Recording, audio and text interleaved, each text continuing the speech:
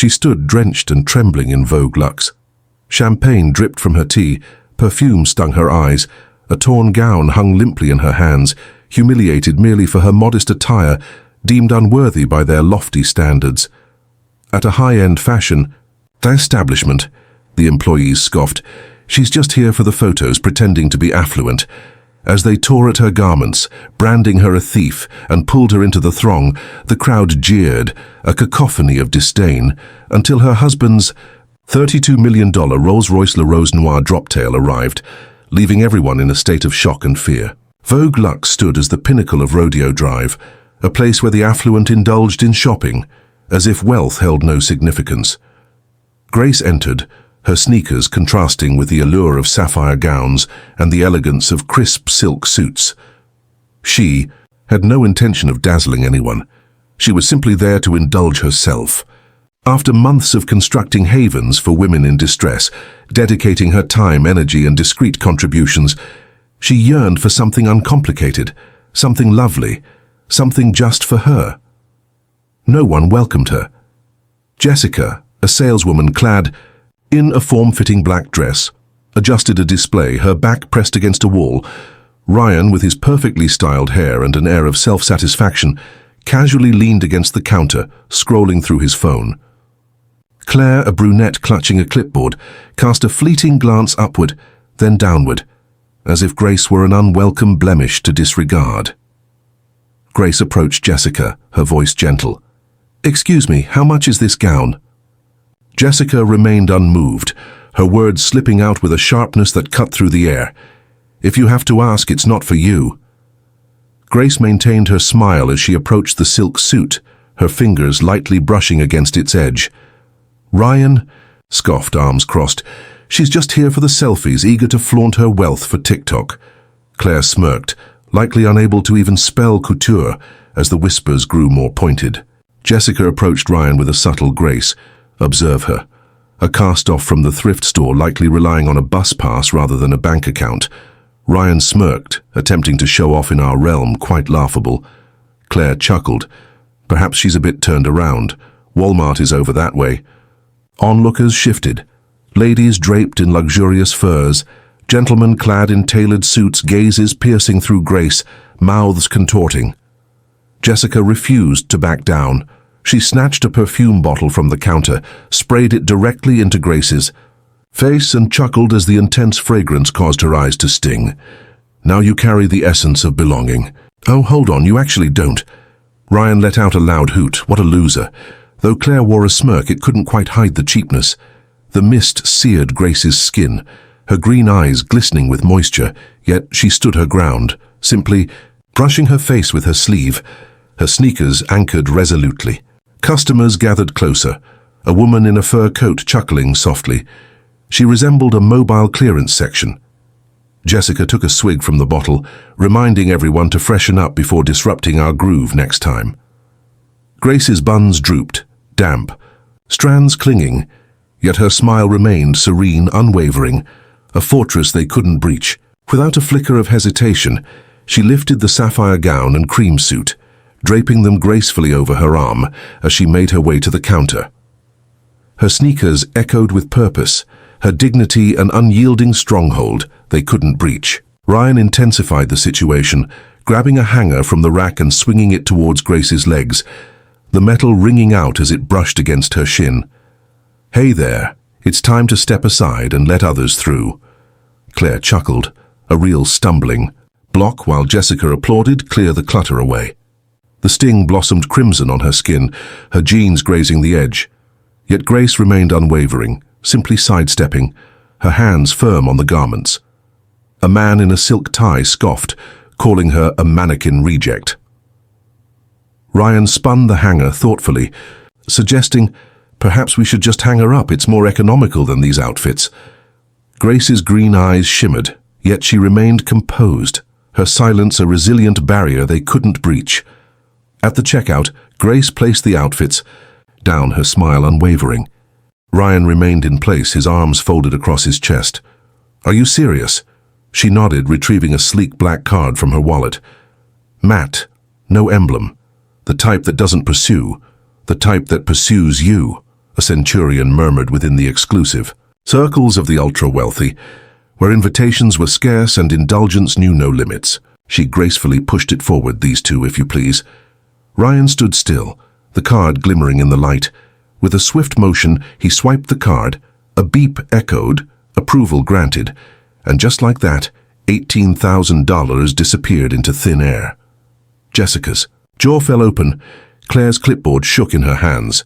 Grace extended her hand towards the bags, yet Ryan swiftly reclaimed the card. "Wait a minute, this doesn't belong to you. Where did you get it?" Jessica snatched the bags. "There's no doubt she's not genuine. She's a thief." Claire escalated the situation, seizing a pair of scissors from the counter and viciously slashing at the sapphire gown cradled in Grace's arms, the fabric tearing audibly as she sneered. "You don't deserve this, back to rags." Jessica laughed mockingly. "Shred her dreams," as Ryan hooted. "Suit her better at a bargain." The frayed silk hung limply, threads coming apart, as Grace cradled the damaged gown, her fingers gliding over the tier. Yet she remained unshaken, placing it aside. Her serenity, a light they could not extinguish. A woman adorned with a diamond bracelet inhaled sharply, then burst into laughter. "She's a living bargain bin." Claire flung the scissors aside. "Next time opt for hand-me-downs." Grace's bun unraveled further, yet her smile remained serene and intact. The atmosphere crackled with tension as Claire exclaimed, "We are not handing over $18,000 to a fraud." Customers crowded in, phones capturing the moment.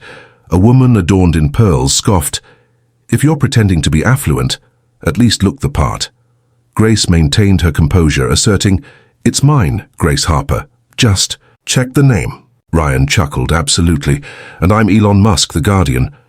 Two guards burst in, their imposing figures and buzz-cut hairstyles gleaming, one gripping her arm while the other seized her elbow.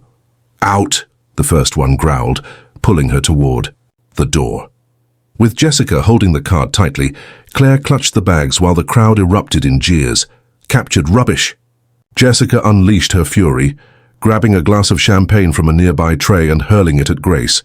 The icy liquid splattered across her tee and jeans as Grace let out a startled shriek. "Here's your VIP drink, thief." Ryan chuckled. "She's shining brightly now." As Claire smirked, it perfectly complemented her artificial glow. The bubbles danced upon her skin, saturating her completely as Grace remained still, water cascading down her form, her sneakers squishing with each movement. Yet she remained resolute, simply drying her tears, her emerald eyes unwavering. A gentleman in a velvet blazer exclaimed, "Expose the fraud." Jessica flung the glass away, scrubbed off the dirt, but oh wait, it's here to stay. Grace's bun dripped, yet her composure remained unyielding, a steadfast force they could not shatter. They pulled her through the store, her sneakers slipping, her bun coming undone, golden strands cascading chaotically. A man in a cashmere scarf laughed heartily, turning his back to the slums. A woman carrying a Louis Vuitton bag captured a photo. "This is bound to go viral online." Ryan finished it off, seizing a marker to scribble "fake" across Grace's tee, while the guards dragged her away, the dark ink seeping into the damp fabric as he mocked her. "Call it as it is, she's a counterfeit." Claire chuckled, marking her for the street while Jessica applauded. "Flawless. She's labeled." The ink smudged, marking her chest, and Grace faltered, her sneakers losing grip. Yet she held back tears, standing, tall, her green eyes fierce. Her smile vanished, but her strength radiating. A woman draped in a fur stole captured a moment, and now she's become a meme sensation. Ryan flung the marker aside, wearing his aspirations like a badge of honor. Grace's jeans clung damply, yet her spine remained unyielding, impervious to bending. The guards propelled her through the glass doors onto Rodeo Drive, the sun dazzling, the laughter of the crowd a sharp sting. Grace stood there, her jeans dusty and her tee creased, yet her green eyes remained resolute. She retrieved her phone, dialed the number, her voice unwavering. "Hey, darling, I need you to retrieve your card from a store that took it without permission. Vogue Luxe." They expelled me. A brief moment of silence followed by, shall we say, 15 minutes? Understood. She ended the call, a subtle smile lingering, her strength a soft ember radiating warmth. Time dragged on. Vehicles hummed softly, leaves whispered in the breeze, and then a gleaming Maybach glided into view, its elegant lines slicing through the street with precision. Adrian Knight was not destined for this life. He had fought his, way up from a struggling town in Ohio.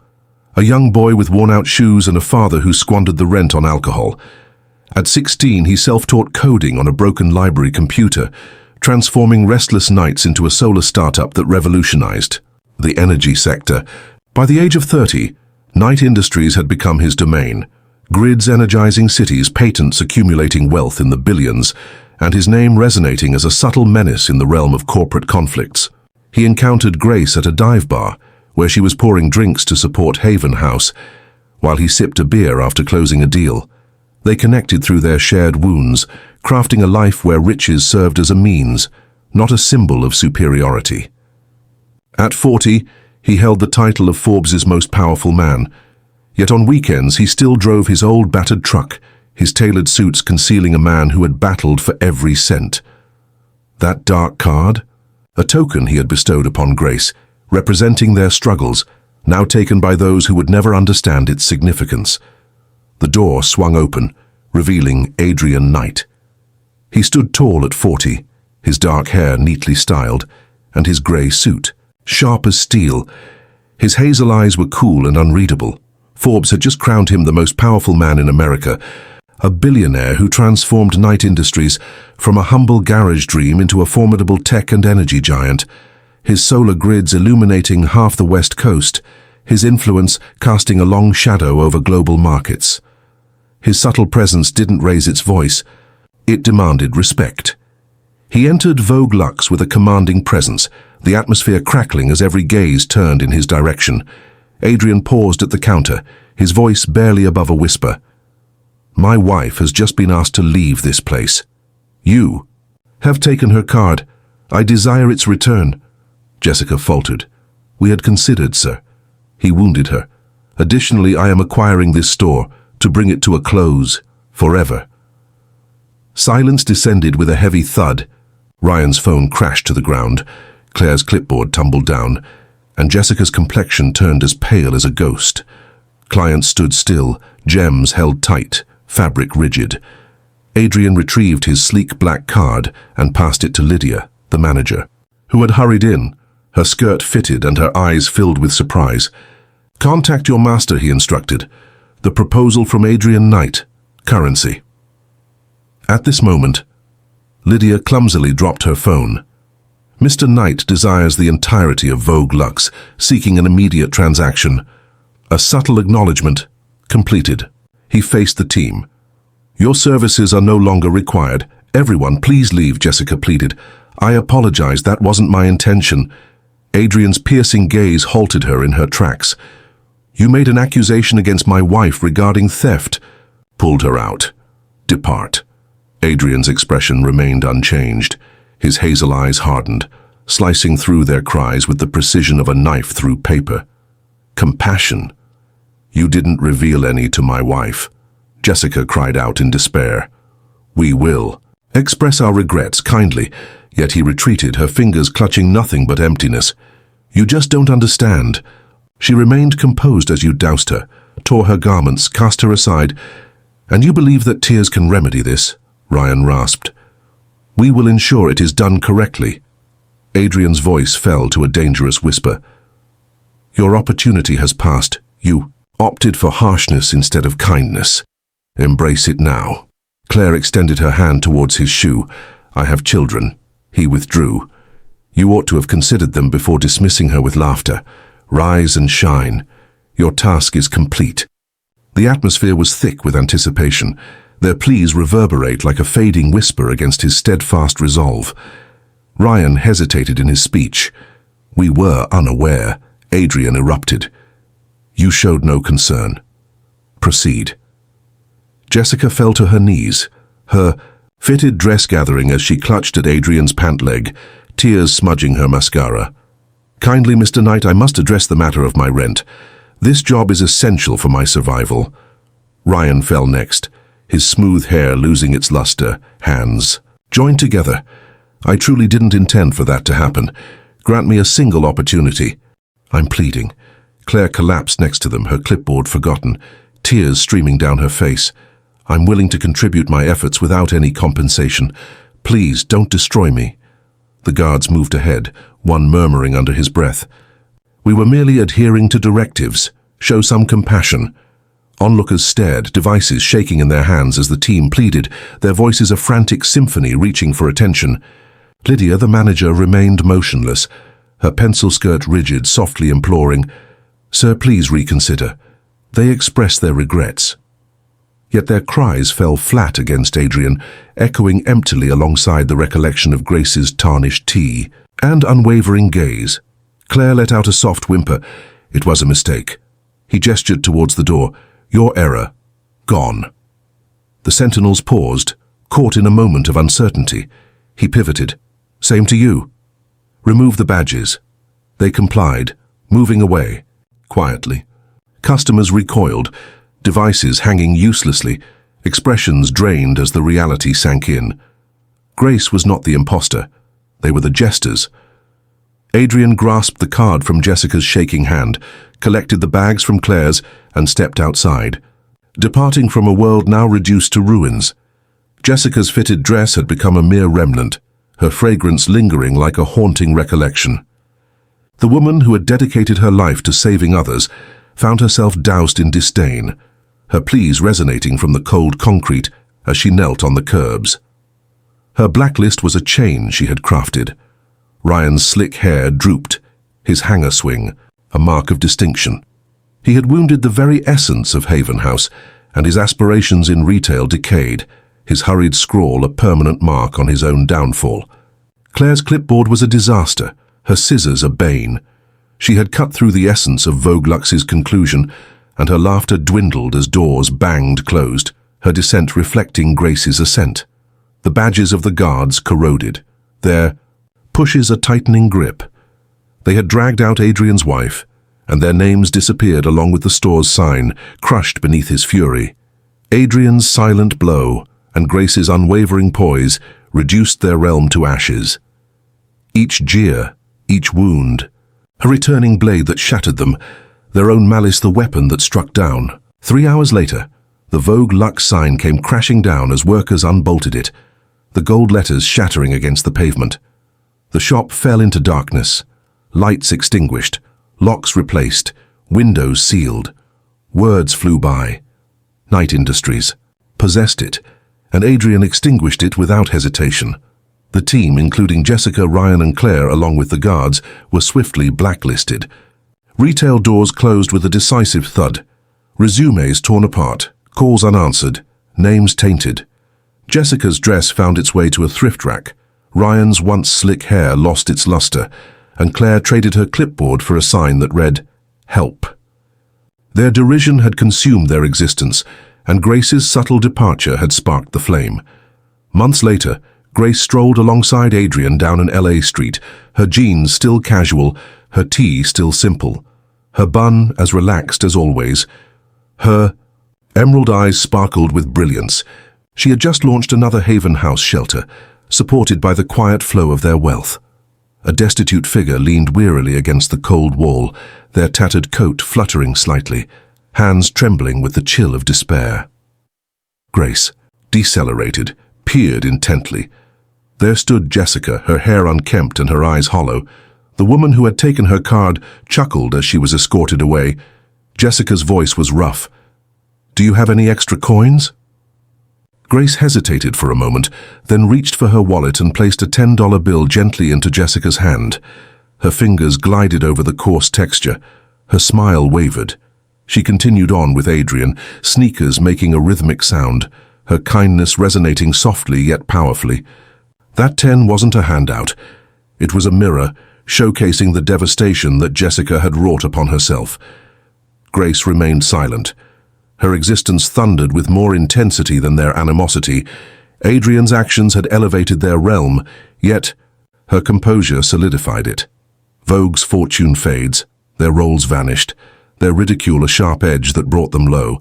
She ascended, they descended, and justice ignited with purity. If you've ever faced judgment based on your appearance, give a like, share your thoughts in the comments and subscribe for more impactful stories.